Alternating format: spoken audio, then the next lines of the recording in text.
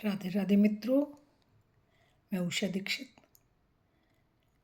आपके समक्ष एक बार फिर प्रस्तुत हूँ। मैंने आपको पहले ब्रह्मा जी और विष्णु जी की कुछ कथाएं बताई हैं। आज मैं शंकर भगवान की आपसे कथा सुनाने जा रही हूँ। ये बड़ी अनोखी कथा है। शंकर भगवान का रूप बड़ा ही निराला है। इनका विशेष नाम शिव है। शिव का अर्थ होता है कल्याण।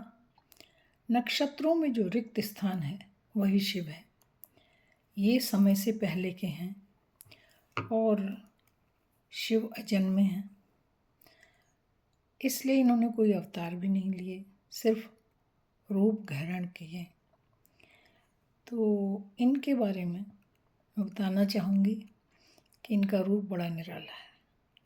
ये अपने शरीर में भस्मी रमाए हुए हैं और कमर में बाघंबर बांधे हुए हैं।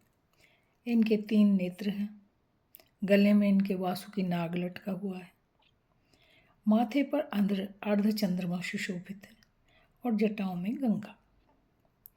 ये एक हाथ में त्रिशूल और डमरू लिए हुए हैं और दूसरे हाथ इनका वरद मुद्रा में है, जिससे ये सबको आशीर्वाद दे रहे हैं।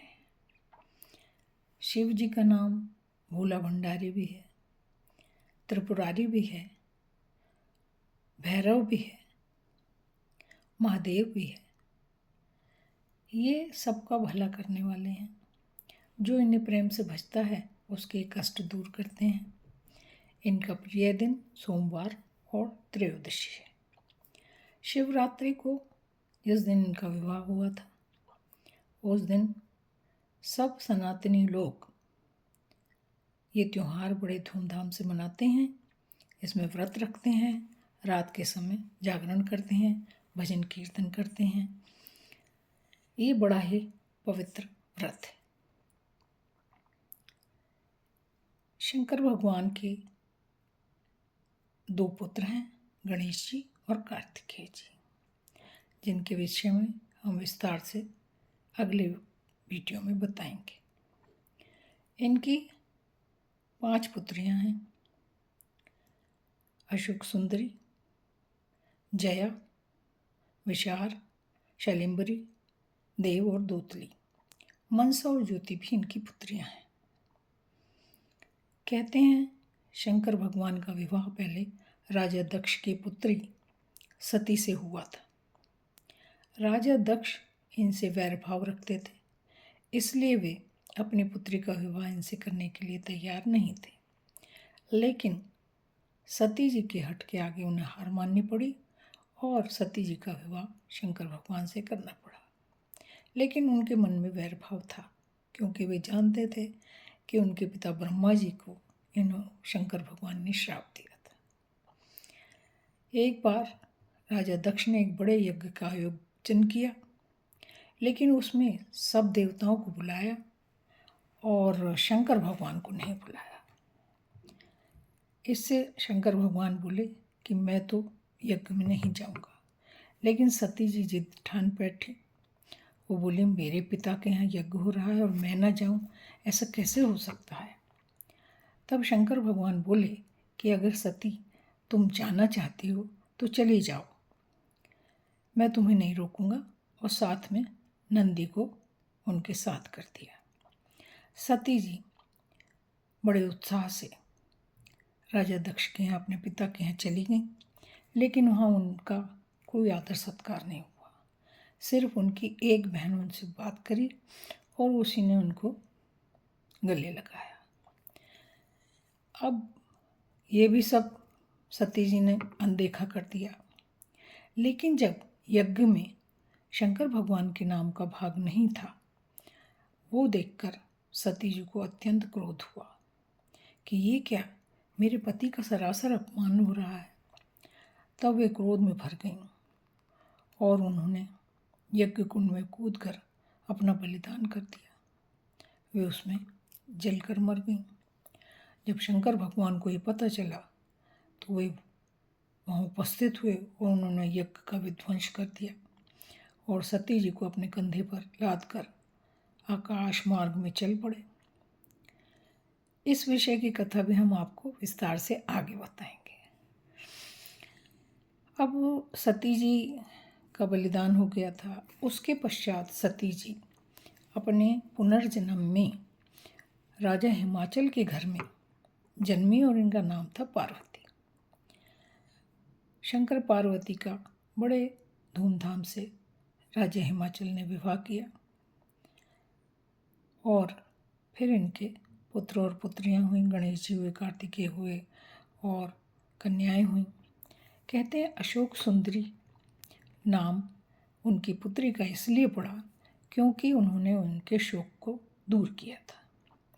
एक समय की बात है कि कार्तिकेय जी तारकासुर को मारने के लिए, उससे युद्ध करने के लिए गए हुए थे और उन्हें काफ़ी समय हो गया था। इससे पार्वती जी बहुत शोक में हो गई थी। तब उन्होंने कल्पवृक्ष से प्रार्थना की कि हे कल्पवृक्ष, मुझे एक पुत्री रत्न दो जो मेरा शोक दूर करे, जो मेरा मन बहलाए। तब कल्पवृक्ष की कृपा से इन्हें एक कन्या रत्न की प्राप्ति हुई। कल्पवृक्ष समुद्र मंथन से निकले थे। वो वही वृक्ष हैं कि जो मांगोगे वही मिलेगा। इसके पश्चात इनके यहाँ जया, विशाल, शीलांबरी और देव और दोतली कन्याएं हुई। कहते हैं ज्योति का जन्म जब हुआ तो बहुत ज़्यादा प्रकाश फैला हुआ था, इसलिए ज्योति नाम पड़ा। और मनसा जो थी उनके विषय में बताते हैं कि जब शंकर भगवान का पसीना वासुकी की माँ के ऊपर पड़ा तो उससे उन्हें कन्या रत्न की प्राप्ति हुई और इसलिए वासुकी और मनसा भाई बहन कहलाते हैं। अब हम इस विषय में आगे बताएंगे कि शंकर भगवान और पार्वती जी कितने दयालु हृदय हैं और कितने सब भक्तों का कष्ट हरते हैं। एक समय की बात है, एक व्यक्ति था जो बहुत गरीब था। उसे खाने का भी मुश्किल से प्राप्त होता था। वो भूखा प्यासा काम की तलाश में भटकता था, कोई उसे काम नहीं देता था।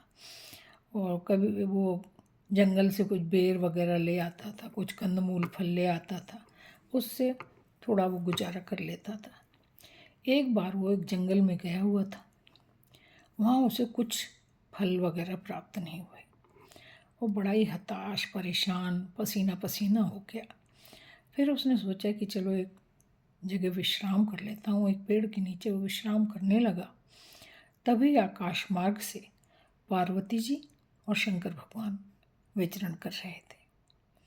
तब पार्वती जी ने इस व्यक्ति को देखा और वो बड़ी दुखी हो गई। कहने लगे, प्रभु मेरा मन तो बड़ा ही उदासीन हो गया। शंकर भगवान बोले, क्यों, क्या बात है? तब पार्वती जी ने कहा, देखो ये आपका भक्त हमेशा ओम नमः शिवाय का जाप करता है और किसी को सताता नहीं, लेकिन इसे फिर भी 2 टाइम की खाना मयस्सर नहीं है। प्रभु ऐसा मत करो, इसका कल्याण करो। प्रभु बोले, पार्वती मैं क्या करूं, इसके कर्म हैं। पिछले जन्म में इसने अच्छे कर्म नहीं किए, इस कारण ये दुख भोग रहा है। पार्वती जी बोली, अरे भगवान अब बहुत हो गया, अब इस पर दया करो, इसके सारे पाप काट दो और इसे धनी बना दो। तब शंकर भगवान ने सोचा कि अब पार्वती जी सही बोल रही हैं, तो उन्होंने एक धन एक पुटलिया में बांध के और उस व्यक्ति के पास रख दिया। जब उस व्यक्ति ने देखा कि ये पता नहीं क्या पुटलिया पड़ी है, उसने खोल के देखा तो उसमें तो धन था।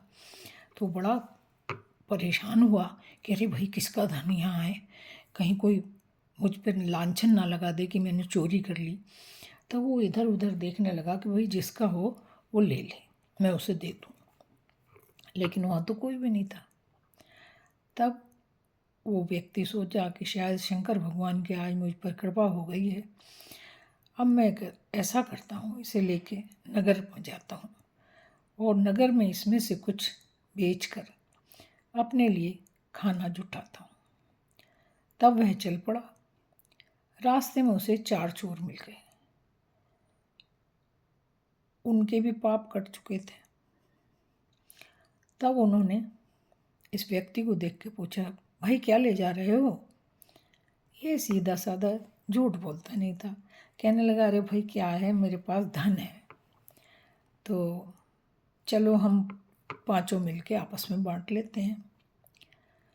वे चारों भी सहर्ष तैयार हो गए और उन्होंने आपस में पांचों ने वो धन बांट लिया।